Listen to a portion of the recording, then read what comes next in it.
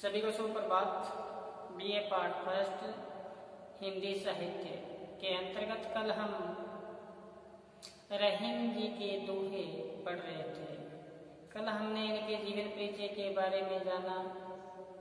इनके बारे में जिनके दोहे हैं बताया कि अमर बेल बिन मूल की परते पालक है ताही, अमर बेल बिन मूल की परते पालक है ताही, मन ऐसे प्रभु तजी ढूंढत फिरे काहे। कहते अमर बेल बिना मूल की है, उसकी पत्ती पालना ईश्वर करता है, प्रभु करता है। तो हमें ऐसे प्रभु को छोड़कर अन्य जगह ढूंढने की आवश्यकता नहीं है। वो ईश्वर है, वो कण कण में व्याप्त है। उसकी सर्वव्याप्तता पर रहीम जी ने कहा था। तो इसी प्रकार से आगे बताया था कि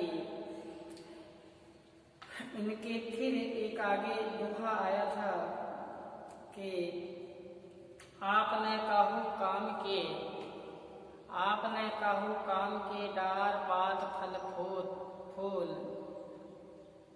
औरण को रोकत फिरे रहीमन पेड़ बबूल के माध्यम से ऐसे समाज में ऐसे व्यक्तियों का चित्रण किए हैं जो विकास में क्या होते हैं, बाधक बनते हैं, दूसरों को पीड़ा पहुंचाने के सदैव ही वो तत्पर रहते हैं।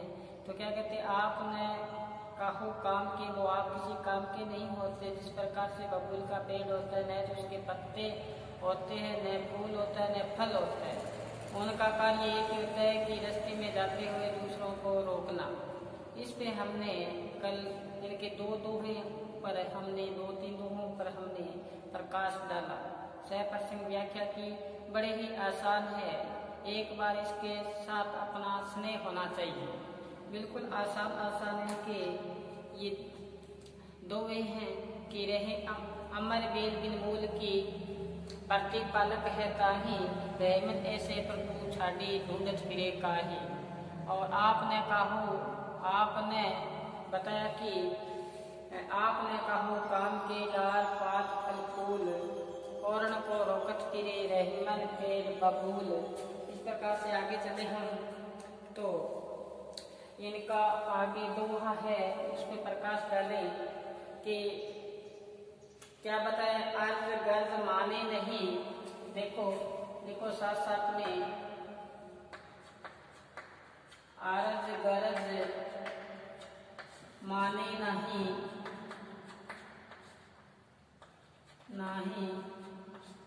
रहीमन के जन प्यारी,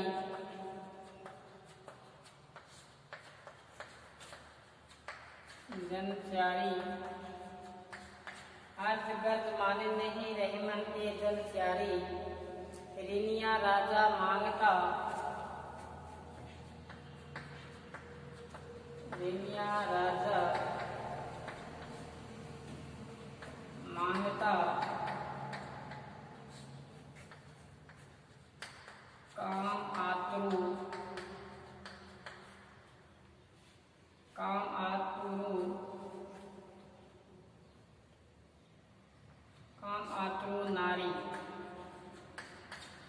काम आतुरु नारी।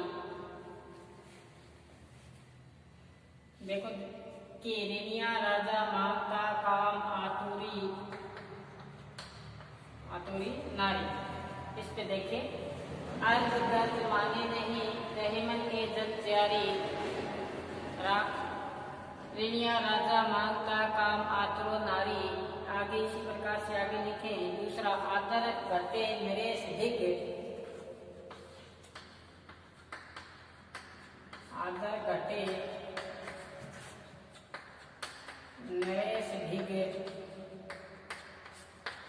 घटे नरेश धिग, बसे रहे कछु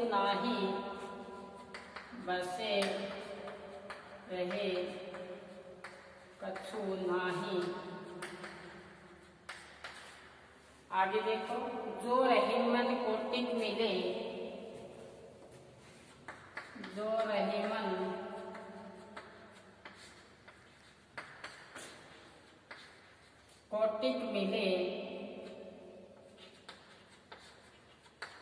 धिक जीवन माही, जीवन माही, धिक जीवन माही, तो धिक जीवन जग माही, जग आएगा यहाँ पे। तो देखो अर्थ माने नहीं रहीमन ए जन चारी, ऋणिया राजा मांगता काम आतरो नारी। और दूसरा बताया कि आदर घटे नरेश धिक बसे रहे कछु नाही, जो रहीमन कोटिक मिले धिक जीवन जगे माही। तो इस पे हम अब देखें, विचार करें तो रहीम जी क्या कहना चाहते हैं। बड़े ही सुंदर दोहा है, देखो ध्यान से सुनो। फिर बताया है कि अर्थ गर्ज माने नहीं रहीमन ए जन चारी, चार व्यक्तियों पे रहीम जी ने प्रकाश डाला है कि चार व्यक्ति ऐसे हैं जो दूसरों की विविधता परेशानियों पर बिल्कुल ही ध्यान नहीं देते। ये अपने स्वार्थ सिद्धि होते हैं। दूसरों की मजबूरी, दूसरों की परेशानी, दूसरों की विविधता पर बिल्कुल ही ध्यान नहीं देते। ये लोग स्वार्थवर्ती के होते हैं। कौन कौन से बताए हैं? अर्थ गर्ज माने नहीं, किसी की विविधता पर ध्यान नहीं देते। रहीम जी कहते हैं जग चारी, चार जन है ये। कौन से? ऋणिया और राजा मांगता, मांगने वाला राजा है और ऋणिया ऋणदाता, ये तीन। और काम आतुर नारी, काम के वश में नारी, ये किसी की विविधता पर ध्यान नहीं देते। तो चार व्यक्तियों के बारे में बताया है कि किसी की परेशानी, किसी की विविधता, किसी की मजबूरी पर ये जन क्या है? स्वार्थवर्ती के हैं, ध्यान नहीं देते। कौन कौन से हैं? ऋणिया राजा मांगता, ऋणिया ऋण को प्राप्त करने वाला राजा है और मांगने वाला। और काम के वश में जो नारी हो, काम वासना से ग्रसित, भोगविलासा से लिप्त नारी, उसके लिए ये आया है। दूसरी पद, दूसरा दोहा देखो। आदर घटे नरेश धिक, आदर घटे कहते हैं हमें अगर हमारा मान सम्मान घट जाए, किसके पास? आदर घटे, मान सम्मान घट जाए नरेश धिक, राजा के पास हम रहते हैं और हमारा मान सम्मान घट जाए तो क्या कहते हैं? बस से रहे कुछ नाही, वो जगह छोड़ देनी चाहिए। हमें नहीं रहना चाहिए वहाँ पर। हम राजा के आश्रम में रहते हैं, राजा के दरबार में रहते हैं, लेकिन हमारा वहाँ पर क्या नहीं है? मान सम्मान नहीं है, तो हमें वो जगह छोड़ देनी चाहिए। देखो छोड़ देनी चाहिए, क्यों?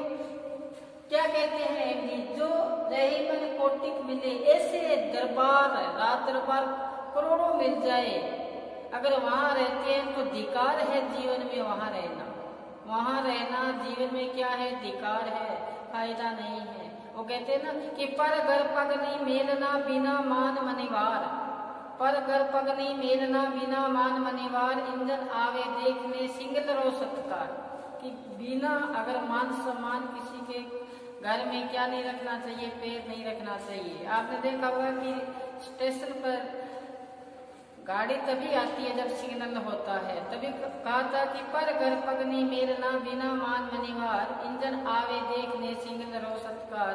तो रहीम जी यहाँ बताते हैं कि आदर घटे नरेश धिक, अगर हमारा मान सम्मान घटता है राजा के दरबार में तो हमें वो राज दरबार छोड़ देना चाहिए। और राज दरबार छोड़कर हमें कहते हैं ऐसे राज दरबार करोड़ों मिल जाए, वो करोड़ हमें छोड़ देना चाहिए। अगर नहीं छोड़ते तो जीवन में क्या है? धिकार है। यही बात यहाँ बताइए। पहले पद में बताया कि अर्ज गर्ज माने नहीं, ये चार जन हैं जो दूसरे की विविधता पर ध्यान नहीं देते। कौन से? ऋणिया राजा मांगता और काम आतुर नारी। काम आतुर नारी का आशय भोगविलासा से लिप्त, काम के वश में जो नारी हो, इसके लिए आया है ये। आगे देखो, आगे देखें, आगे लिखे साथ साथ में उगत ताही किरण सो, उगत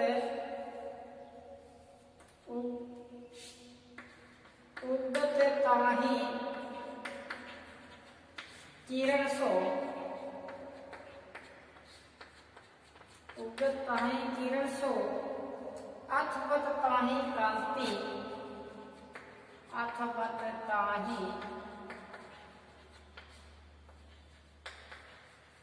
कांति, क्यों रहीम सुख दुख सबे,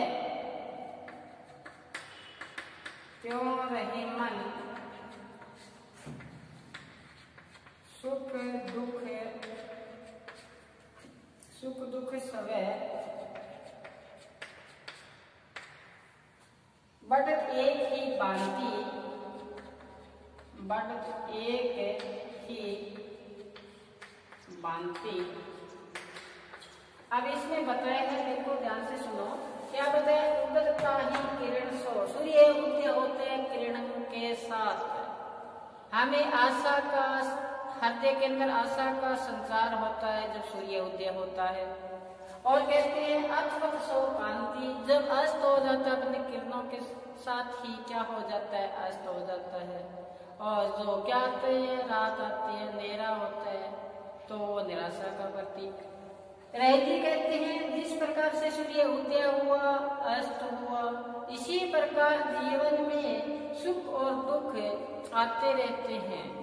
हमें उसी ईश्वर की रजा में क्या रहना चाहिए? खुश रहना चाहिए। सुख दुख को समान समझते हुए हमें जीवन जीना है। कहते हैं ना, गुरबानी में पंक्ति आती है कि जो पावे त्यो राख ले मेरे राम राय। जिस प्रकार से ईश्वर रखना चाहता है उसी प्रकार से रहना चाहिए। दई दई स्यों क्यों करत है, दई दई सो कबूल। कहते हैं कि जो आपको दिया है उसको क्या कर? कबूल कर। दई दई सो क्यों करता है, हाय हाय क्यों कर रहा है? दई दई सो कबूल, जैसे बिहारी ने कहा था। अब इसमें बताया जिस प्रकार उगत ताहि किरण सो, सूर्य उदय होता है किरणों के साथ। अथत सो कांति, अस्त होता है अपनी किरणों को समेट लेता है। रहम जी कहते हैं इसी प्रकार जीवन में सुख दुख आते रहते हैं, सुख दुख आते रहते हैं। जिस प्रकार सुमित्रानंदन पंत ने कहा था, आज बचपन का कोमल गात, आज बचपन का कोमल गात, जरा का पीला पात, 4 दिन की सुगध चांदनी, फिर अंधकार अज्ञात। आज बचपन है, हमारा शरीर है, ये क्या है? कोमल है, गात का से शरीर। जरा का पीला पात, जैसे बुढ़े हो जाएंगे तो हमारा शरीर क्या पड़ जाएगा? पीला पड़ जाएगा। किसकी भांति? जरा का पीला पात, उस पेड़ के पत्ते की भांति पीले पड़ जाएंगे।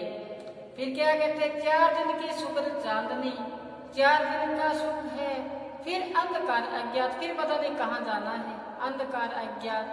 तो यही बात यहाँ बताई है, उगत ताहि किरण सो। जब सूर्य उदय होता है तो किसके साथ होगा? किरणों के साथ।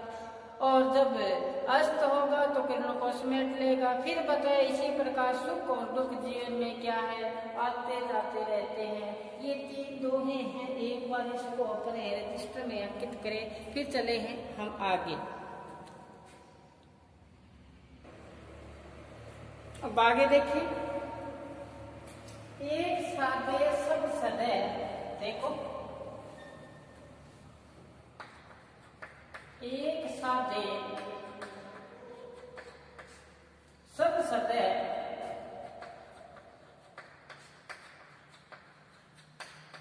एक सादे सब सदै, सब सादे सब जाए, सब सादे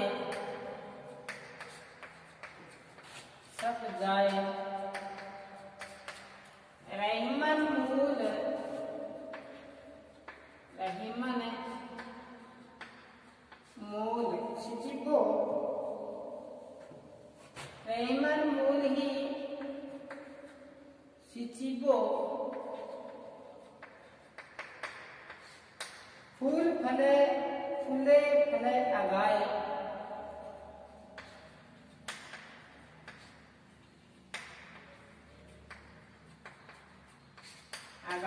एक होते कहते साथ साथ में, ओछो काम बड़े करे, ओछो काम बड़े करे, ओछो काम बड़े करे, या ये कर लो, आवत काज, आवत काज, आवत का रहीम कही,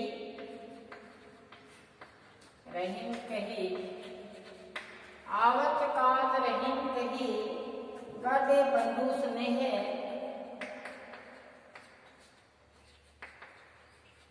बंधु स्नेह, जीर्ण होत न पेड़ ज्यों,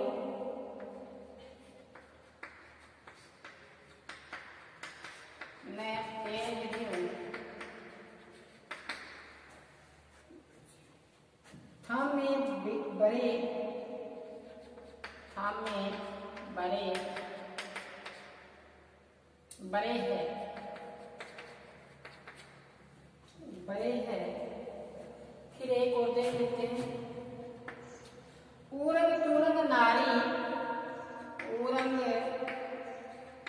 ऊरंग ऊरंग तुरंग नारी, नीच जात, ऊरंग तुरंग नारी नरपति, नीच जाति का हथियार, जाति का हथियार, नीच जाति का हथियार, रहमन इन्हें संभालिए, रहमन इन्हें संभलिए,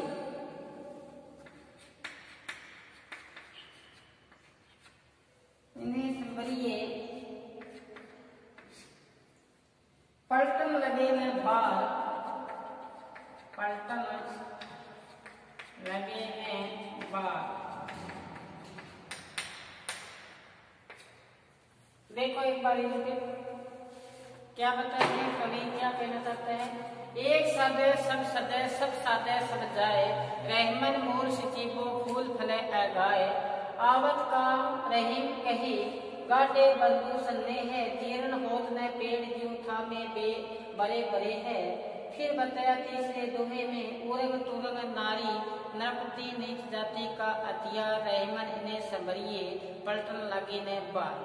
अब देखो कवि क्या कहना चाहता है रहम जी इसमें। पहले बताया एक सादे सब सदे, सब सादे सब जाए, रहमन मूल सुचिबो फूल फले गाए। पहले एक कार्य करो फिर दूसरा कार्य करो, अचानक सारा कार्य करोगे तो पूर्ण कार्य नहीं हो पाएगा। वही बात यहाँ बताई, एक साथ है, पहले एक कार्य को साध लो, कार्य को कर लो, सब सत्य सारे कार्य पूर्ण हो जाएंगे। एक धीरे धीरे कहते हैं धीरे रे धीरे मना धीरे में सब कुछ होए, माली सिद्धि सो बड़ा ऋतु आई फल होए। तो पहले एक कार्य को पूर्ण करो फिर दूसरा पूर्ण करो। अचानक ही हम सभी को पूर्ण करने का प्रयास करेंगे तो सब साधे सब जाए, सब साधने का प्रयास करोगे तो हाथ से सारे निकल जाएंगे। रहन जी क्या कहते हैं, रहन जी कहते हैं रहमन मूल सिचिपो, कहते हैं कि पेड़ है उसकी जड़ में पानी डालते रहो, उसकी जड़ में क्या डालते रहो, पानी, तो फूल फले आएगाए, उसमें फूल भी आएंगे फल भी आएंगे, आपको तृप्ति हो जाएगी, आप संतुष्ट हो जाओगे, ये बताना चाहता है। दूसरे पद में क्या बताया दोहे में कि आवत काज रहीम, कहते हैं परेशानी आ जाए, मुसीबत आ जाए, ऐसी विपदा आ जाए तो कहते हैं घर वाले ही काम आते हैं। सदैव कार्य अपने जो घर वाले हैं वो ही आपके हितैषी बनते हैं। कोई परेशानी आती है कि कोई शरीर में कोई पीड़ा हुई, कैसे घर में कोई समस्या आई, तो सबसे पहले आपके सहायक सिद्ध कौन होंगे, आपके परिवारजन के लोग होंगे। यही बात यहाँ बताई है। आवत काल रहीम कही गाटे बंधु सने है, जिनके साथ हमारे परिवार के लोग, उनके साथ इतना समय है, इतना लगाव है, गाढ़ा प्रेम है, वही हमारे साथ काम आएंगे। जिस प्रकार आपने देखा होगा बरगद का पेड़ देखा होगा, बरगद का पेड़ कभी बूढ़ा नहीं होता। क्यों नहीं होता? क्योंकि उसके जैसे जैसे पेड़ बड़ा होता है उसकी शाखाएं निकलती है और वो जड़ का रूप ले लेती है, और फिर वो आगे से आगे बढ़ता जाता है। वो उसके जो सहारा बनती है कौन, उसकी जो शाखाएं है वो जड़ का रूप लेती है, उसकी क्या बनती है, उसका सहारा बनती है। उसी प्रकार हमारा परिवार ही हमारे बुढ़ापे का, हमारे विपदा का, हमारे परेशानियों का क्या बनता है, सहारा बनता है। ये कहते हैं रहीम जी। तीसरा दोहा में क्या बताया है, उरंग तुरंग नारी नरपति नीच जाति का हथियार। अब फिर इन चार लोगों से सावधान रहने का यह संकेत दिया है। किसने, रहीम जी ने। चार है ऐसे जिनसे हमें सदैव सावधान रहना चाहिए, क्योंकि ये बात पलटने में देरी नहीं लगाते। आप सर्प को कितना ही दूध पिला दो, थोड़ा सा उसको दबाओगे तो डंक मारने का प्रयास करेगा।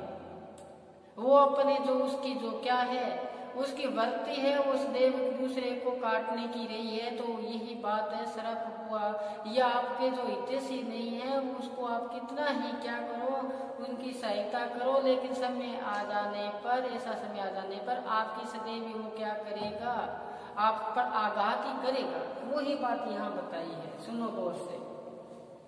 उरंग तुरंग, उनका आशय होता है सर्प, तुरंग का आशय होता है घोड़ा, नारी स्त्री, नरपति राजा, नीच जाति का हथियार। कोई ऐसा मंदबुद्धि का जो हो, उसके हाथ में क्या हो, हथियार हो। मंदबुद्धि का हाथ में हथियार ले रखा है, हम पास से निकल रहे हैं रास्ते से, हमें डर लगता है कि पता नहीं ये तो इसकी तो बुद्धि नहीं, हाथ में क्या है, इसकी तलवार है, ऐसा हथियार है, धारदार हथियार है कि हमें ये काट भी दे दे, तो हम उससे निकलने का, पास से निकलने का यत्न करेंगे तो बड़े ही सावधानी के साथ निकल पाएंगे। क्या है कि हम ऐसी स्थिति में पहली तो बात ये है कि हम निकलने का प्रयास करेंगे नहीं, क्योंकि हमें डर लगता है, मंदबुद्धि का है। तो अब यहाँ पे क्या बताया है, कवि ने इन्हें से सावधान रहने का बताया है। उरंग तुरंग नारी नरपति नीच जाति का हथियार, सर्प से, घोड़े से, नारी से और राजा से सावधान रहना चाहिए। ये अपनी बात पर पलटते हुए समय नहीं लगाते। देखो यहाँ पे ठीक है, यहाँ पे इनकी नारी की क्या की है, निंदा की है। देखो ये निंदा नहीं है, ये कुछ समय क्या फेर रहा तब ऐसी बात आई है कि लोग भोग विलासा में लिप्त हो गए थे, इतने गर्त में चले गए थे, तभी ये कहा है बात।